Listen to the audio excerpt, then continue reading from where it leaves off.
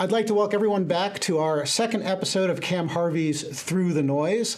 During our first episode, Cam wanted to have the next episode be about the Federal Reserve. Between that time and now, the Department of Justice has opened up an investigation against Jerome Powell and the Federal Reserve, and that's increased the importance of this topic right now.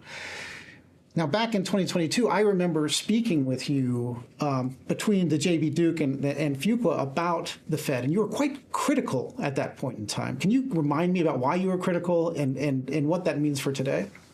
Yeah, so I believe that the Fed has made some mistakes. And when we talked the last time about this, for example, it didn't make any sense to me that the Fed kept the interest rates at zero for an extended period of time, 2 years, at a point in time where there's robust economic growth, full employment, and a record high stock market. So I thought that was dysfunctional.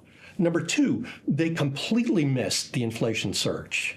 And it was really hard to miss because looking at the data, for example, housing and owner's equivalent rent was running in double digits. And this is 40% of inflation. And it takes a while to move into the overall inflation rate.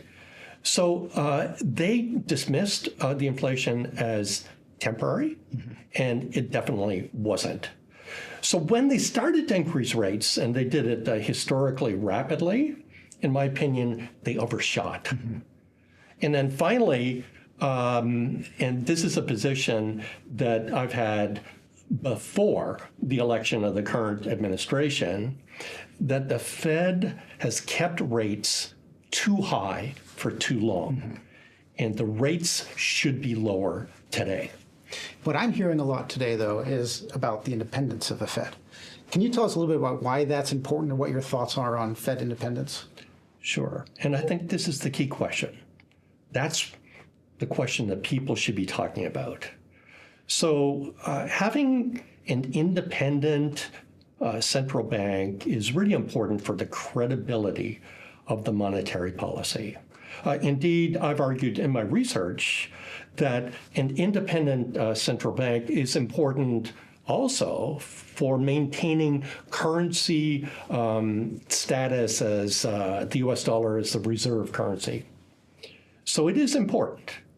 However, the Fed has drifted from the traditional mandate. So traditionally, the Fed focuses on the Fed funds rate, the short end, and takes some actions in the Treasury bond market. But with quantitative easing, QE, the Fed drifted. So the Fed was an aggressive buyer of mortgage-backed securities, and that's kind of a political issue. That is supporting housing in the U.S. And I'm not saying that's a good thing or a bad thing. I'm just saying that's something that should be overseen by Congress, by our elected officials. And it's not just mortgages. The Fed active in the corporate bond market, the Main Street lending facility. So again, these are things that are within the political arena. We live in a democracy, and Congress should have oversight of these policies that go well beyond the traditional monetary policy. So this is a tension that, and I believe this is the reason that people are talking about independence. So independence cannot be a blanket thing that the Fed gets once they drift into other arenas. This is the real debate that should be happening. If I'm correct, these QEs and these new tools that you're referencing, this was kind of Bernanke era things that started during the Great Recession, the financial crisis, and then they've continued to use these tools and expand them until the present. Is that correct? So again, these tools drift from the original mandate, and it's not unreasonable to have some sort of political oversight by officials that are elected by the people when we're talking about policies like this. That's my opinion. To me, the Fed's got two choices. Number one, to refocus on the traditional mandate and then remain independent, or two, if they continue doing the stuff outside of traditional monetary policy, I think it's reasonable to have a debate as to how we have oversight of that. So it's a trade-off.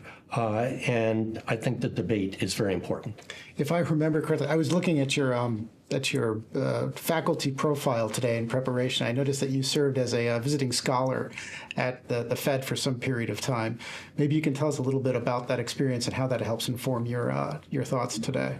Yeah. So I was a visiting scholar at the Fed, so I do have experience with that. And since that time, the role of the Fed has greatly increased. So it's not just the unconventional policies of QE, it's the media attention on the Fed. So it's as if, like I agreed that the Fed is important for setting expectations in the economy, but it's more than that. There is a perception, which I believe is a false perception, that the Fed has the ability to fine-tune the economy. And our economy is so complex, and given that the Fed has so few levers, I think it's naive to really believe that, and it's dangerous if the Fed actually believes that. So the focus after the FOMC meetings is on the dot plot, and it gets excessive attention. People focus, what will the Fed do at the meeting? What are the expectations? And I would much prefer if we focused on increasing productivity, increasing GDP growth, rather than some dot plot. As for my experience at the Fed, this was many years ago in the late 1990s. It was interesting that when I was in DC at the Fed, I thought the facilities were a dump. I've not been back. I have no idea what they look like today after a quarter of a century. But, and this is important, the debate should not be about the Fed renovations. The debate should be about how much independence should the Fed have. And let's have this public debate. I think it's important for the future of our economy.